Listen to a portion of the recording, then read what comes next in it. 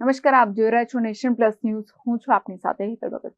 Vadodara local crime બ્રાન્ચને મોટી સફળતા મળી છે. વડોદરા એલસીબીએ 31 મોટરસાયકલનો ચોરીનો ભેદ ઉકેલી કાઢ્યો છે. ચોરી કરનાર ઇસમ મૂળ અમરેલીનો છે, જેના પર 50 જેટલા વાહન ચોરીના કેસ નોંધાયા છે અને આ ચોરોએ હીરો સ્પ્લેન્ડર અને પેશન મોટરસાયકલ મુખ્ય ટાર્ગેટ બનાવી છે. પંચમહાલ તેમજ મધ્યપ્રદેશ અલીરાજપુરમાં 1500 થી 2000 બાઇક વેચતા હતા. આ ઇસમ ધોરણ 8 પાસ કરી ગુનેગાર પરિવાર તરછોડ્યા બાદ ગુનાહિત પ્રવૃત્તિઓમાં જોડાયો હતો, જેમાં 17 બાઇક વડોદરામાંથી, 13 બાઇક અન્ય જિલ્લામાંથી ચોરી કરેલ છે. ત્યારે હવે વડોદરા એલસીબી ઓરિજિનલ ઓનરને વાહનો સુપ્રત કરશે.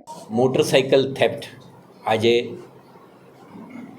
બે ત્રણ એક સિનારીઓ છે. એક, આધુનિક ટેકનોલોજીના યુગમાં ચોરી ના થાય, ઓટોમેટિક લોકિંગ સિસ્ટમ અને ડિફિકલ્ટ ટુ થેફ્ટ, આને આપણે કહીએ છીએ ટાર્ગેટ હાર્ડનિંગ, એવા એક પ્રક્રિયા ચાલે છે. સેકન્ડ, કેટલાક શોપિંગ મોલ્સ, બિઝનેસ એસ્ટાબ્લિશમેન્ટ અને નોટિફાઈડ પાર્કિંગ વિસ્તારોમાં સીસીટીવી કેમેરા હોવાના કારણે પણ ચોરી કરવું અઘરું છે.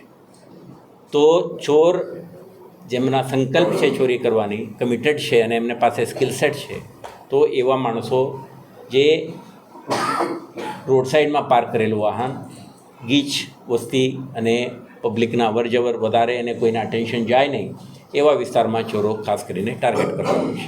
તો આમાં સીસીટીવી કેમેરા ઉપલબ્ધ ન હોય અને વલ્નરેબલ મોટરસાઇકલ, હું કહું છું કેટલાક આજે તરીકે તમે કારને પણ જોઈ શકશો, આમાં ધક્કા મારો તો એમના અલાર્મ સિસ્ટમ ઓન થઈ જાય, એટલે it is not easy to open the door or break the કાચ. તો દેટ ઇઝ ટાર્ગેટ હાર્ડનિંગ. પરંતુ જ્યારે આરોપી એક એક્સપર્ટાઇઝ હાંસલ કરી દે તો સફળતાપૂર્વક એવા વિસ્તારમાંથી મોટરસાઇકલ લિફ્ટ કરતા હોય છે અને ચોરી કરીને સફળતાપૂર્વક શહેરથી બહાર લઈ જતા હોય છે. એમના પૂછપરછ દરમિયાન આપણે ડિટેઇલ્ડ મોડસ ઓપરેન્ડી, એમને અહીંયાથી શિફ્ટ કરવાનું એમના કાર્યપદ્ધતિ અને કેવી રીતે વહેતા હતા આ અંગેનું પણ પ્રાથમિક પૂછપરછ આપણે કરી છે.